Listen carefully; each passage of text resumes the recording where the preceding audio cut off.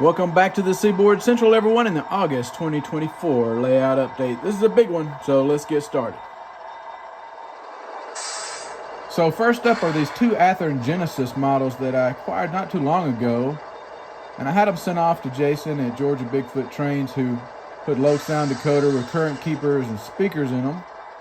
And then I sent them up to Wadge Weathering to have them weathered, and they turned out great. They sound awesome. They're going to be on the Norfolk Southern run-through train that'll be on the layout. And today they're on the transfer job.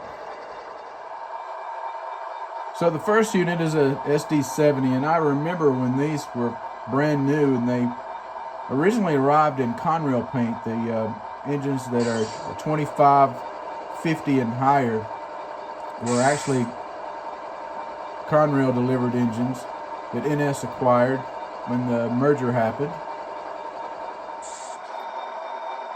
And this next unit was ES40 DC, and later on Norfolk Southern actually increased the horsepower to 4,400, changed them to ES44 DCs. And I really like these GEVO units, even though they're not the AC version. I always like the way they sound. They got a deep, throaty sound. Sounds more like a sports car. And they were really good running engines for intermodal trains. This next pair of tangent covered hoppers were also sent off to Max at Wadge Weathering, and he patched them, renumbered them, and did a great job weathering the cars to show some age. Check out the former Rock Island hopper. And I do see these cars from time to time, so they're out there. You can find them. And this next car is an AEX car, and that's for the Andersons, and they're a leasing company based out of Maumee, Ohio. And they're all over the country. And it's showing its former owner, faded, really faded. Another great job by Max with Wadge Weathering.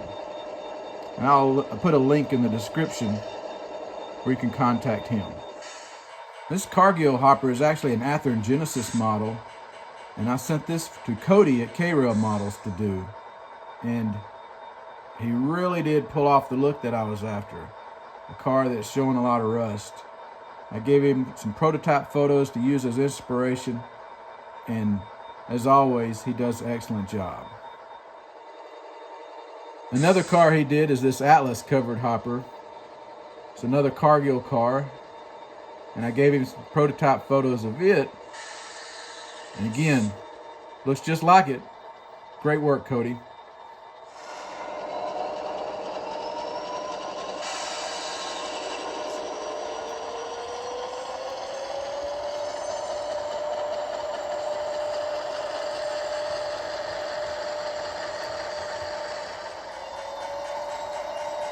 You'll notice there in the background is a new tower for Gadsden. Yep, that's where the yardmaster is going to be, giving out all these instructions for these jobs coming in and working the yard.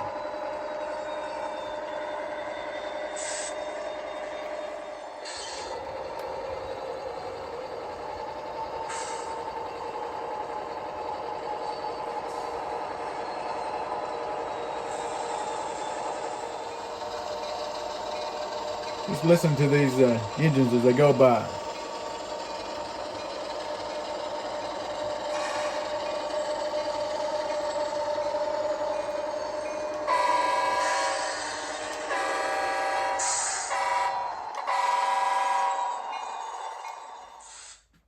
Another thing I did was install this photo backdrop behind the engine terminal. And these backdrops, all my backdrops are made by TracksideScenery.com, and I have a video on the channel showing how I install them.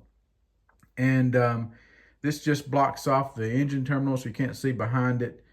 And also the backdrop itself on the other side will support the bench work going up to the upper level.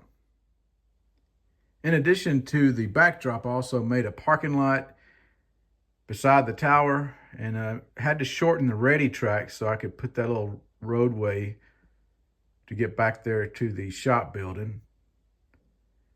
And I used the same method for making this parking lot and also the road that goes across the tracks. So here's the crossing. So the first thing I did, I used the Woodland Scenics smoothed it out to create the road and the parking lot. And then I used AK Interactive Asphalt over the top of that. On top of that, I used the Arizona Rock and Minerals asphalt and concrete powders. And then finally, I airbrushed the parking lot with Tamiya light gray and created the oily streaks with the Tamiya smoke.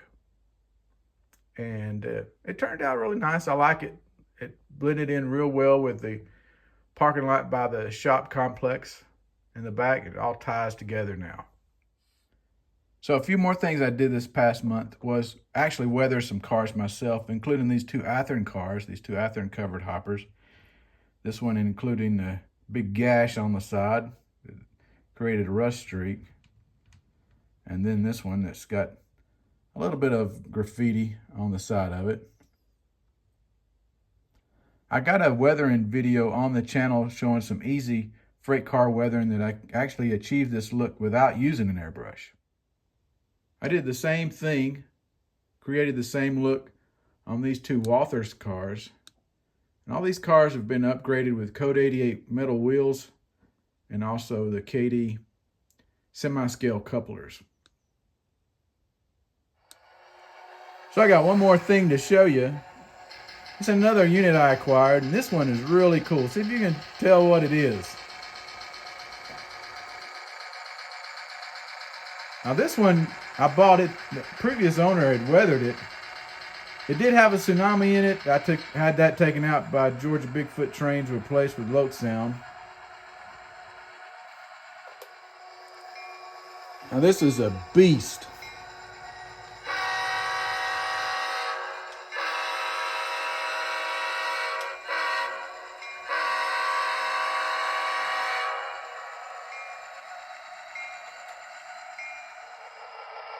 Yes, folks, what you're looking at is an SD80 Mac. And as my career as a locomotive engineer, this is the most powerful locomotive that I have ever operated. It boasts a 20-cylinder 710 engine that develops 5,000 horsepower. And it is a beast.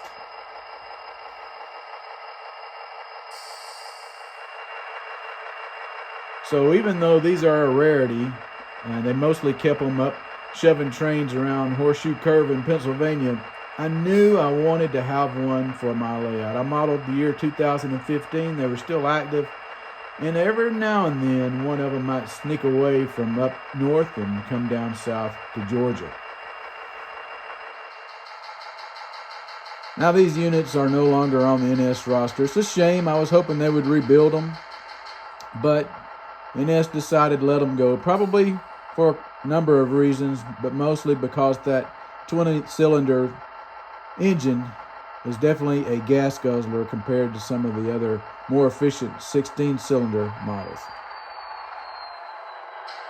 What is really cool now is what you're hearing is a low idle feature, and the low idle feature is found on the newer units that helps to save fuel, cut down in fuel cost. You might hear it rev back up. There it goes. And what that's doing is it's running that air compressor at a higher notch. So I hope you've enjoyed this update for today. We'll finish it off by letting this thing pull some freight.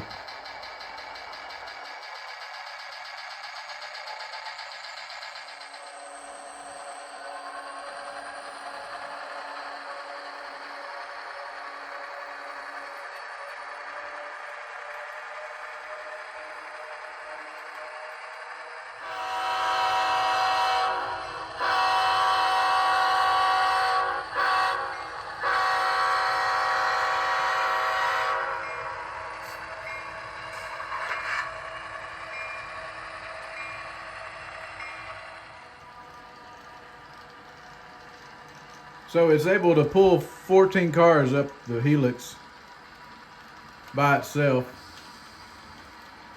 Even though it's struggling a little bit, it's making it. Pretty stout.